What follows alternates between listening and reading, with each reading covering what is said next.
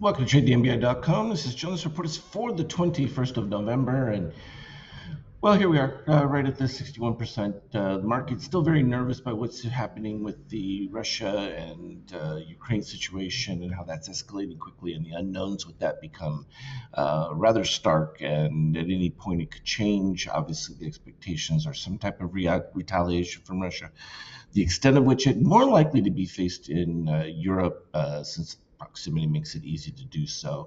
But within that, we still don't have magenta crossing above yellow, though it has turned up, but so have shorts. So you're just going to get a battle back and forth until someone can get a little bit of supremacy going on there. Short-term buyers have elevated this, and we have a little bit of a side tick here with our DOC orange. And if that tips up, then you can expect more weakness, but a continued drop of that would definitely signify the market able to break forward. We have easy resistance lines here. You got the ABM green. Below that, you continued short, and above the ABM here in magenta, certainly, which is where we kind of peaked out the last few days. We were able to see some things move from there.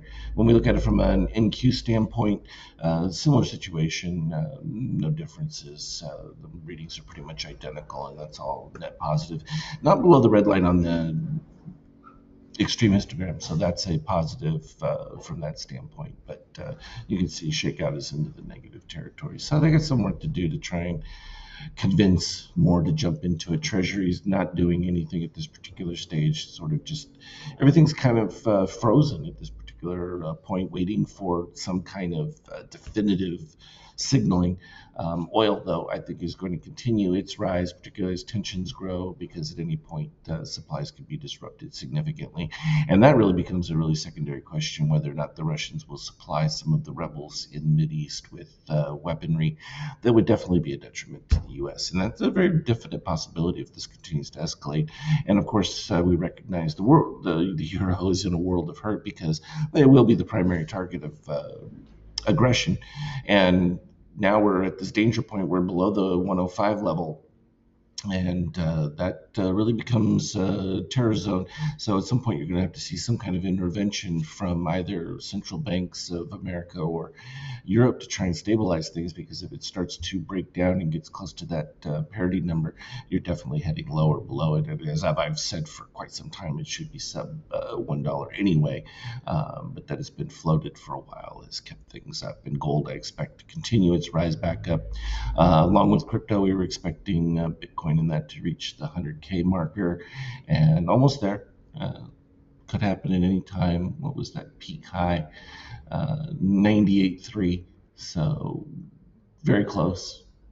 Won't take much to get it over the top, but the interesting one has been the ETH lag relative to it. So you can see that popularity of Bitcoin has really been pronounced, so to speak.